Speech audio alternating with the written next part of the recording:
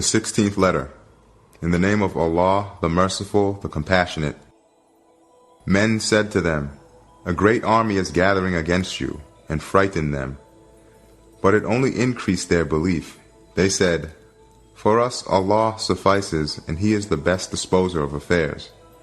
Qur'an, chapter 3, verse 173. This letter manifested the meaning of the verse, but speak to him mildly. Qur'an, chapter 20, verse 44. And was not written vehemently. It is the answer to a question asked me explicitly and implicitly by many people. To reply is not agreeable to me, and I do not want to, for I have bound everything to reliance on Allah. But since I have not been left in peace to myself in my own world, and since they have directed my attention towards the world, I am compelled to propound 5 points in the language of the old Sa'id in order to explain the reality of the situation both to my friends and to the worldly, and to those in authority, so as to save not myself, but my friends and my words from the suspicions and ill treatment of the worldly. First point. It is asked, why have you withdrawn from politics, and how I have nothing to do with it? The answer. The old Sa'id of 9 or 10 years ago was involved in politics a certain amount. Indeed, thinking he would serve religion and learning by means of politics, he was wearied for nothing. And he saw that it is a dangerous way, which is doubtful and full of difficulties, and for me, superfluous, as well as forming an obstacle to the most necessary duties. It is mostly lies, and there is the possibility of unknowingly being a tool in the hand of Europe. Furthermore, one who enters politics is either successful or is in opposition.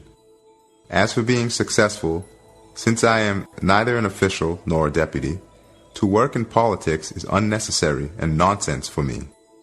Politics has no need for me, so that I should interfere for nothing.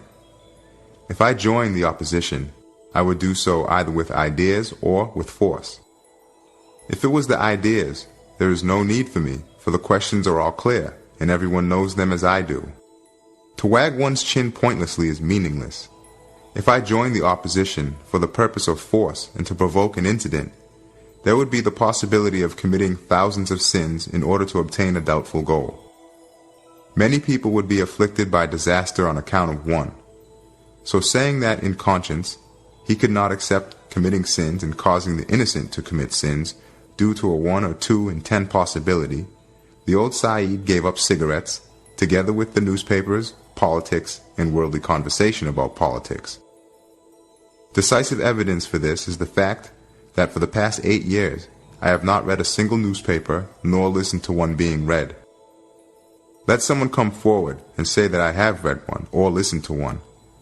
Whereas 8 years ago, the old Sa'id used to read, perhaps, 8 newspapers per day. Furthermore, for the past 5 years, I have been under the closest scrutiny and surveillance. Anyone who has observed the slightest hint of political activity should say so. But for someone like me who is nervous, fearless, and without attachment, who considers the best stratagem to be without stratagem, his ideas will not remain secret for 8 days, let alone 8 years. If he had the appetite and desire for politics, he would not have left any necessity for investigation and scrutiny. He would have given voice like the firing of a cannon.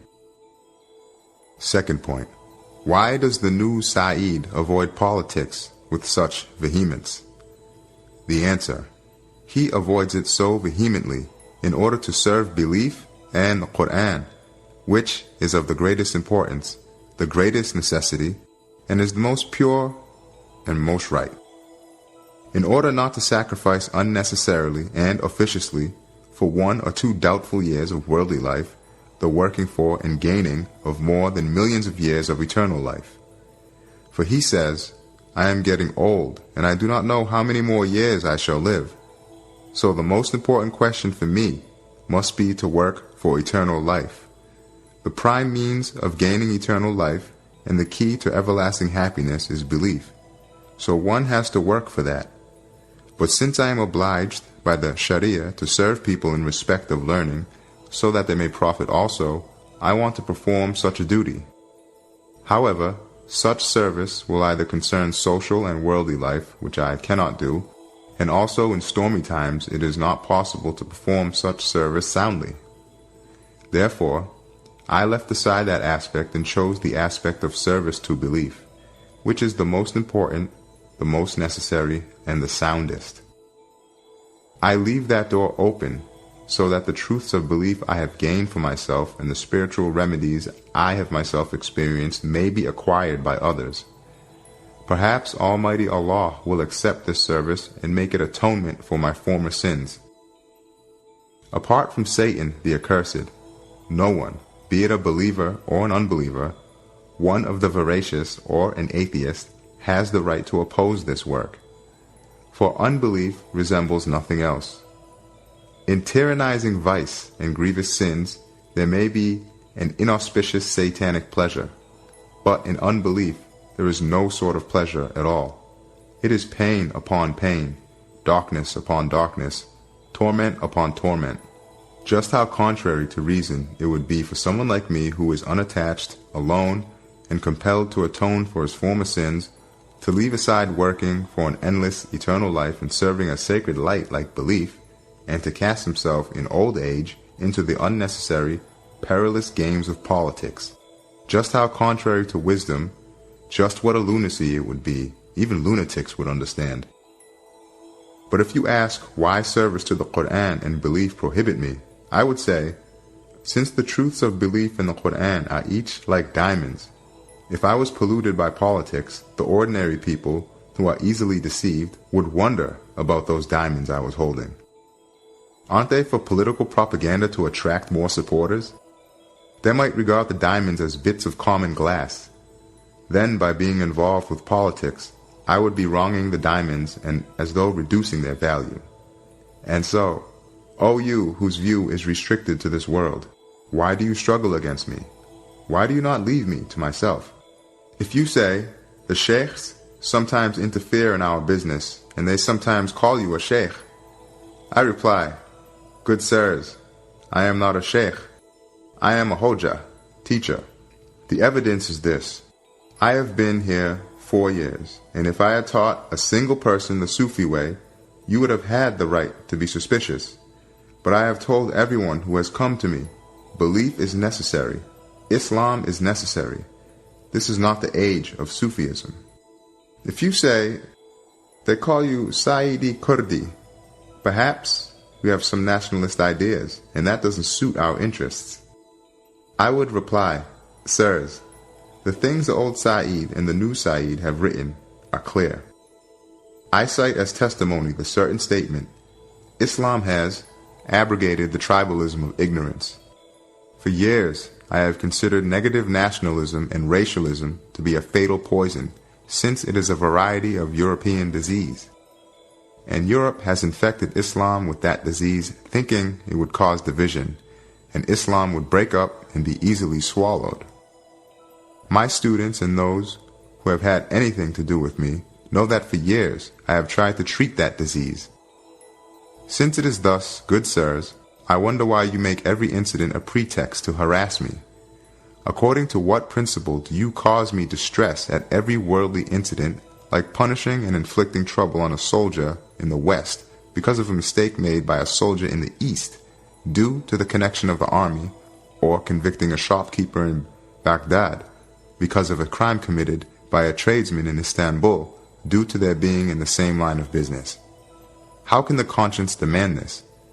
What benefit can require it? Third point. My friends who wonder how I am, and are astonished at my meeting every calamity silently, with patience, ask the following question. How can you endure the difficulties and troubles with which you are faced, whereas formerly you were very proud and angry and could not endure even the least insult? The answer. Listen to 2 short incidents and stories, and you shall receive your answer. The first story. 2 years ago, an official spoke insultingly and contemptuously about me behind my back. They later told me about it. For about an hour, I was affected due to the old Sa'id's vein of temperament. Then, through Almighty Allah's mercy, the following fact occurred to me. It dispelled the distress and made me forgive the man. The fact is this. I addressed my soul saying, if his insults and the faults he described concern my person and my soul, may Allah be pleased with him, because he recounted the faults of my soul. If he spoke the truth, he drove me to train my soul, and he helped in saving me from arrogance. If he spoke falsely, he has helped to save me from hypocrisy and undeserved fame, the source of hypocrisy. No, I have not been reconciled with my soul, for I have not trained it.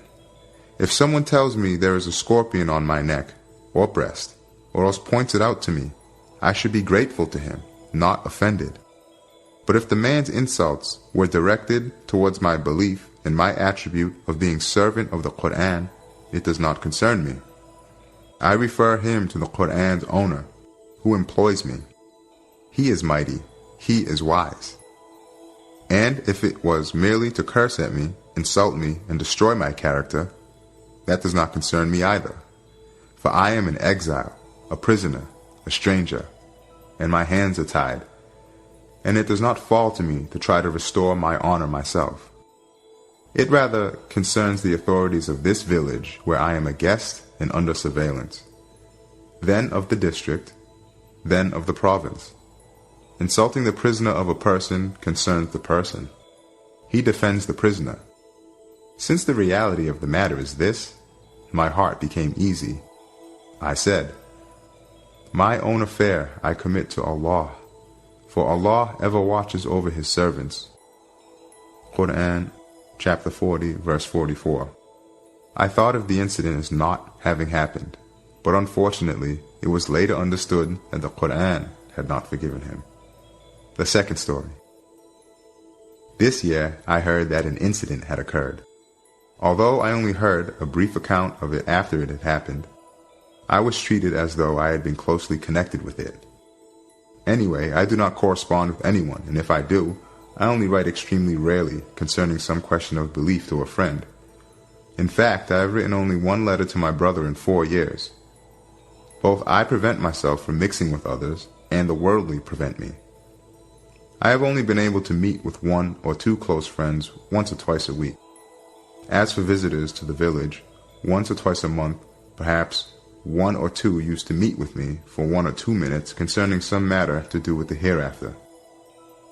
In exile, a stranger, alone, with no one, I was barred from everything, from everyone, in a village which was unsuitable for someone like me to work for a livelihood. Even 4 years ago, I repaired a tumble-down mosque. Although with the certificate I had from my own region to act an imam and preacher, I acted as imam in the mosque for 4 years. May Allah accept it. This past Ramadan, I could not go to the mosque. Sometimes I performed the 5 daily prayers alone. I was deprived of the 25-fold merit and good of performing the prayers in congregation. And so, I showed the same patience and forbearance in the face of these 2 incidents that befell me as I did towards the treatment of that official 2 years ago. Allah willing, I shall continue to do so. I think like this and say, if this ill treatment, distress, and oppression inflicted on me by the worldly is from my faulty soul, I forgive it. Perhaps my soul will be reformed by means of it, and perhaps it will be atonement for its sins. I have experienced many of the good things in this guest house of the world. If I experience a little of its trials, I shall still offer thanks. If the worldly oppress me because of my service to belief in the Qur'an, it is not up to me to defend it. I refer to the mighty and compelling one. If the intention is to destroy the regard in which I am held generally, to expunge undeserved fame, which is baseless and causes hypocrisy and destroys sincerity, then may Allah bless them. For I consider being held in regard by people generally, and gaining a name among them to be harmful for people like me. Those who have dealings with me know that I do not want respect to be shown to me. Indeed, I can't abide it. I even scolded a valuable friend of mine perhaps 50 times for showing me excessive respect. If their intention in slandering me, belittling me in the eyes of the people, and defaming me is directed towards the truths of belief in the Qur'an, of which I am the interpreter, it is pointless. For a veil cannot be drawn over the stars of the Qur'an. One who closes his eyes only himself does not see. He does not make it night for anyone else. Fourth point. The answer to a number of suspicious questions. The first. The worldly say to me, "How do you live? What do you live on since you do not work?" We don't want people in our country who sit around idly and live off the labor of others. The answer. I live through frugality and the resulting plenty. I am not obliged to anyone other than the one who provides for me, and I have taken the decision not to become obliged to anyone else. Yes, someone who lives on 100 para or even 40 para does not become obliged to anyone. I do not want to explain this matter. To do so is most disagreeable to me, as it may make me feel a sort of pride or egotism. But since the worldly ask about it suspiciously, I reply as follows. Since my childhood, throughout my life, it has been a principle of my life not to accept anything from the people, even zakat. Not to accept a salary. Only I was compelled to accept one for 1 or 2 years in the Darul Hikmati Islamiyeh on the insistence of my friends, and not to become obliged to people for a worldly livelihood. The people of my native region and those who have known me in other places know this. During these 5 years of exile, many friends have tried earnestly to make me accept their gifts, but I have accepted none of them. And so, if it is asked me, "So how do you manage to live?" I reply, I live through divine bestowal and blessings. For sure, my soul deserves all insults and contempt, but as a wonder resulting from service of the Qur'an, I receive plenty and blessings which are a divine bestowal in the matter of sustenance, in accordance with the verse. But the bounty of your sustainer, rehearse and proclaim. Qur'an, chapter 93, verse 11. I shall recall the bounties Almighty Allah has bestowed on me, and mention a few examples by way of thanks. But together with being thanks, I am frightened that it will induce hypocrisy and pride, so that blessed plenty will be cut. For to make known a secret divine gift of plenty causes it to cease. But what can I do? I am compelled to tell them. And so, the first. This 6 months, 1 bushel, kila of wheat, consisting of 36 loaves of bread, had sufficed me. There is still some left. It is not finished. How much longer it will last, I do not know. Note, it lasted a year. The second. This blessed month of Ramadan, I received food from only 2 houses, and both of them made me ill. I understood that I am prohibited from eating the food of others. The rest of the time, in the whole of Ramadan, 3 loaves of bread and 1 okka of rice, note, about 2.8 pounds, sufficed me, as was witnessed and told by Abdullah Chavush, the owner of a blessed house and a loyal friend who saw my economizing. The rice even was finished 2 weeks after the end of Ramadan. The third. For 3 months, on the mountain, 1 kiyeh, note, about 2.8 pounds, of butter was enough for me and my guests, eating it every day together with bread. On one occasion even, I had a blessed visitor called Suleiman. Both his bread and my bread were about to be finished. It was Wednesday. I told him to go and get some bread. For 2 hours' distance to every side of us, there was no one from whom he could have got any bread. He said that he wanted to stay with me on the mountain on Thursday night so that we could pray together. Saying our reliance is on Allah, I told him to stay. Later, although it had no connection with this and there was no reason for it, we both began walking till we reached the top of mountain. There was a little water in the Ur, and we had a small piece of sugar and some tea. I said to him, "Brother, make some tea." He set about making it, and I sat down under a cedar tree overlooking a deep ravine. I thought regretfully to myself, we have a bit of moldy bread which will only just be enough for us this evening.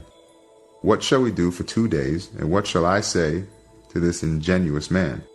While thinking this, I suddenly turned my head involuntarily, and I saw a huge loaf of bread on the cedar tree in among the branches. It was facing us. I exclaimed, "Suleiman, good news! Almighty Allah has sent us food." We took the bread, and looking at it, saw that no bird or wild animal had touched it. And for 20 or 30 days, no one at all had climbed to the top of that mountain. The bread was sufficient for us for the 2 days. While we were eating, and it was about to be finished, righteous Suleiman, who had been the most loyal of loyal friends for 4 years, suddenly appeared from below with more bread. The fourth. I bought this sack coat that I'm wearing 7 years ago second-hand. In 5 years, I have spent only 4.5 liras on clothes, underwear, slippers, and stockings. Frugality and divine mercy and the resulting plenty have sufficed me. Thus there are numerous things like these examples and numerous sorts of divine blessings. The people of this village know most of them. But do not suppose I am mentioning them out of pride. I have been forced to, rather. But do not think that they were due to my goodness. These instances of plenty will either bestow to the sincere friends who have visited me, or a bestowal on account of service to the Qur'an, or an abundance and benefit resulting from frugality. Or they have been sustenance for the 4 cats I have, which recite the divine names, O most compassionate one, O most compassionate one, which comes in the form of plenty, and from which I benefit too. Yes, if you listen carefully to their mournful meowings, you will understand that they are saying, O most compassionate one, O most compassionate one. We have arrived at the subject of cats, and it has recalled the hen. I have a hen. This winter, every day almost without exception, she brought me an egg from the treasury of mercy. Then one day she brought me 2 eggs, and I was astonished. I asked my friends, "How can this be?" They replied, "Perhaps it is a divine gift." The hen also has a young chick she hatched in the summer. It started to lay at the beginning of Ramadan and continued for 40 days. Neither I nor those who assist me have any doubt that, being both young and in winter and in Ramadan, this blessed situation was a divine gift and bestowal. And whenever the mother stopped laying, it immediately started, not leaving me without eggs. Second suspicious question. The worldly ask, how can we be confident that you will not interfere in our world?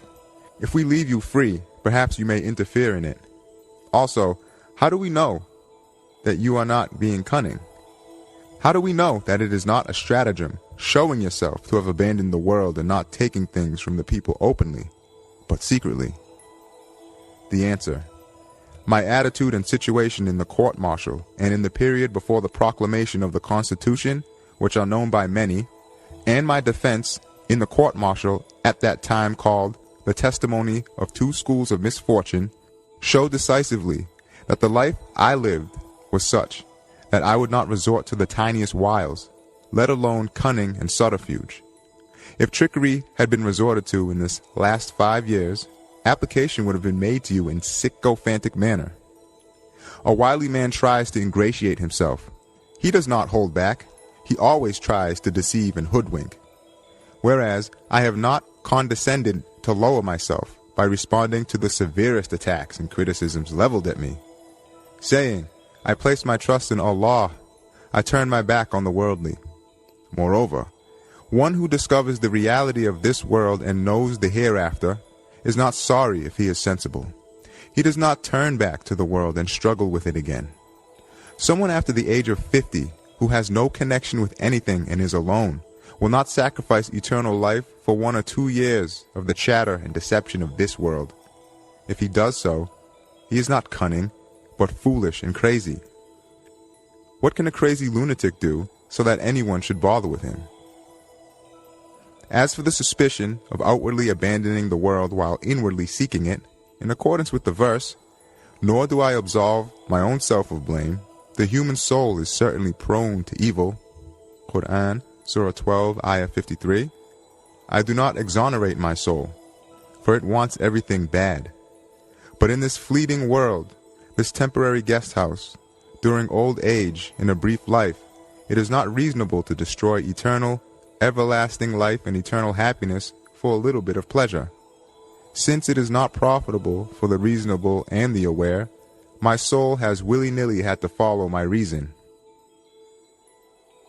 The third suspicious question. The worldly say, do you like us? Do you approve of us? If you do like us, why are you standoffish and have nothing to do with us? If you do not like us, that means you object to us, and we crush those who object to us. The answer, not you. If I had loved your world, I would not have withdrawn from it. I don't like either you or your world, but I do not interfere with them, for I have different goals. Different points have filled my heart. They have left no place in my heart to think of other things. Your duty is to look to the hand, not to the heart. For you seek your government and your public order. So long as the hand does not interfere, what right do you have to interfere in the heart and say, the heart should love us too, although you are in no way worthy of it? Yes, just as I desire and long for the spring during this winter, but I cannot, will it, nor attempt to bring it, so too, I long for the world to be righted, and I pray for it, and I want the worldly to be reformed. But I cannot will these things, because I do not have the power. I cannot attempt them, in fact, because it is neither my duty, nor do I have the capacity. Fourth suspicious question. The worldly say, we have experienced so many calamities, we no longer have confidence in anyone. How can we be certain that given the opportunity, you won't interfere like you want to? The answer, the previous points should give you confidence. In addition, since I did not interfere in your world while in my native region, among my students and relatives, in the midst of those who heeded me and of exciting events, for someone who was alone in exile, with no one, a stranger, weak, powerless, turned with all his strength towards the hereafter, cut off from all social intercourse and correspondence, who has only found a few friends from far afield who are also turned to the hereafter, and who is a stranger to everyone else, and whom everyone else regards as a stranger. For such a person to interfere in your fruitless and dangerous world would surely be a compounded lunacy. Fifth point. This concerns 5 small matters. The first, the worldly ask me, why do you yourself not practice the principles of our civilization, our style of life, and our manner of dressing? Does this mean you oppose us? My reply, sirs, what right do you have to propose to me the principles of your civilization? Yet as though casting me outside the laws of civilization, you have wrongfully forced me to reside in a village for 5 years prohibited from all social intercourse and correspondence. While you left all the exiles in the town with their friends and relations, then gave them the papers granting them an amnesty, without reason, you isolated me and did not allow me to meet with anyone from my native region, with 1 or 2 exceptions. That means you do not count me as a member of this nation and a citizen. How can you propose to me that I apply your civil code to myself? You have made the world into a prison for me. Such things cannot be proposed to someone in prison. You closed the door of the world on me, so I knocked on the door of the hereafter, and divine mercy opened it to me. How can the confused customs and principles of the world be proposed to someone at the door of the hereafter? Whenever you set me free and return me to my native region and restore my rights, then you can require me to conform to your principles. Second matter. The worldly say, we have an official department for instructing the precepts of religion and truths of Islam. With what authority do you publish religious works? Since you are a convicted exile, you have no right to mix in these matters. The answer, truth and reality cannot be restricted. How can belief in the Qur'an be restricted? You can restrict the principles and laws of your world, but the truths of belief and Quranic principles cannot be forced into the form of worldly dealings, being given an official guise and in return for a wage. Those mysteries, which are divine gifts, those blessings, come rather through a sincere intention in giving up the world and carnal pleasures. Moreover, that official department of yours accepted me and appointed me as a preacher while I was in my home region. I accepted the position, but rejected the salary. I have the document in my possession. With the document I can act as an imam and preacher everywhere, because my being exiled was unjust. Also, since the exiles have been returned, my old documents are still valid.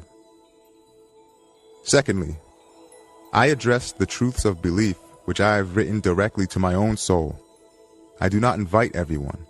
Rather, those whose spirits are needy and hearts wounded search out and find those Qur'anic remedies.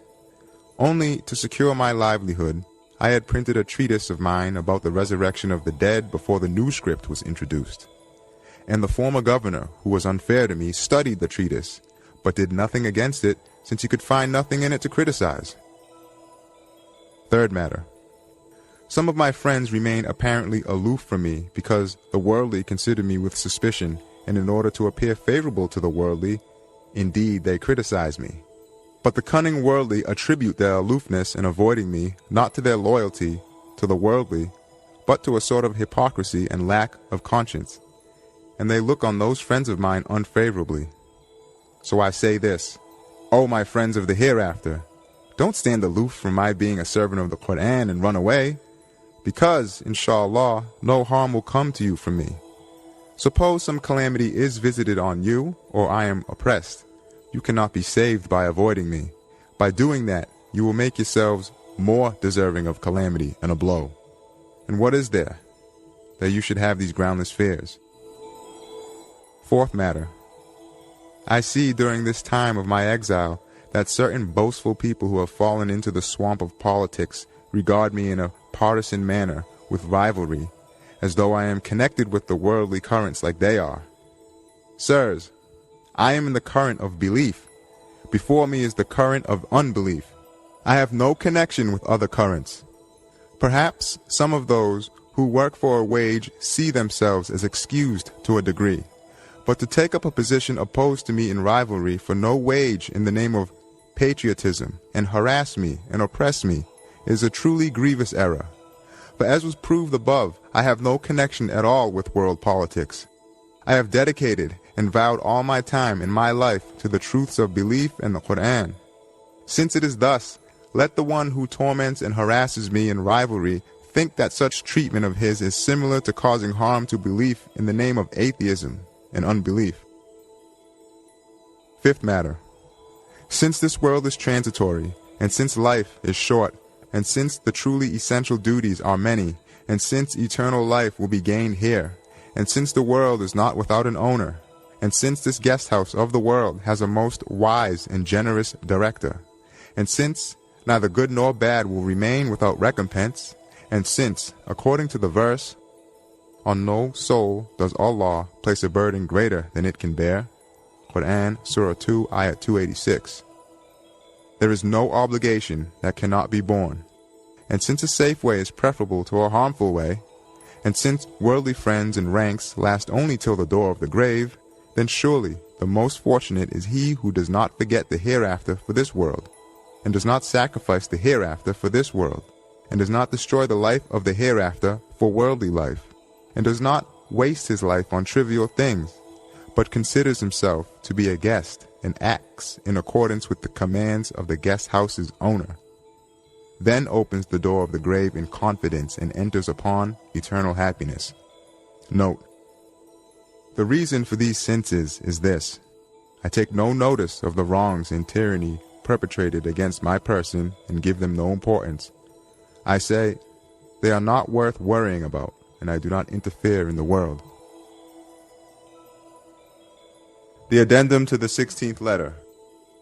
In his name, and there is nothing but it glorifies him with praise. Without reason, the worldly became suspicious of a powerless stranger like myself, and imagining me to have the power of thousands of people, put me under numerous restrictions. They did not give permission for me to stay 1 or 2 nights in Bedre, a district of Bartala, or on one of the mountains of Bartala. I heard that they say, Sa'id has power equal to that of 50,000 soldiers. We cannot therefore set him free. So I say, you unhappy people whose view is restricted to this world, how is it that you do not know the matters of the world despite working for the world with all your strength and govern it like lunatics? If it is my person you fear, it is not 50,000 soldiers, one soldier even could do more than me. That is, he could be posted at the door of my room and tell me, "You can't go out." But if it is my profession and my being herald of the Qur'an and the moral strength of belief that you fear, then you are wrong. It is not 50,000 soldiers. You should be aware that in respect of my profession, I have the strength of 50 million.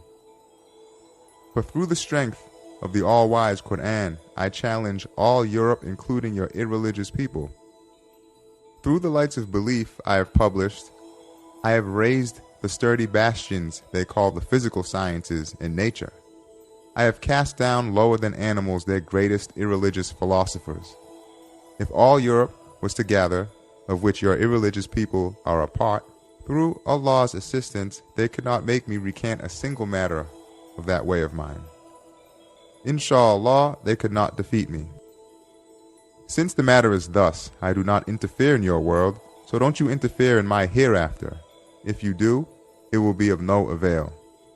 What is determined by Allah cannot be turned by force. A flame that if lit by Allah cannot be extinguished by puffing. The worldly are exceptionally and excessively suspicious of me. Quite simply, they are frightened of me. Imagining things non-existent in me, which even if they were existent, would not constitute a political crime and could not be the cause of accusation, like being a sheikh, or of significant rank or family, or being a tribal leader, and influential and having numerous followers, or meeting with people from my native region, or being connected with the affairs of the world, or even entering politics, or even the opposition. Imagining these things in me, they have been carried away by groundless fears. At a time even that they are discussing pardoning those in prison and outside, that is, those that according to them cannot be pardoned, they have quite simply barred me from everything. A bad and ephemeral person wrote the following good and enduring words. If tyranny has cannon, shot, and forts, right has an untwistable arm, a constant face. And I say, if the worldly have rule, power, and strength, through the Qur'an's effulgence, its servant has unfaltering knowledge, an unsilenceable voice. He has an unerring heart, an unquenchable light. Many friends, as well as a military commander under whose surveillance I was, repeatedly asked, "Why don't you apply for the release papers and put forward a petition?" The answer, I do not apply, and I cannot apply for 5 or 6 reasons.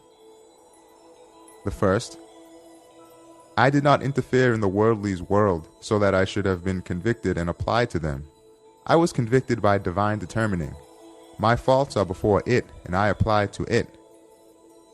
The second, I believe and have certain knowledge that this world is a swiftly changing guest house. Therefore, it is not the true homeland, and everywhere is the same.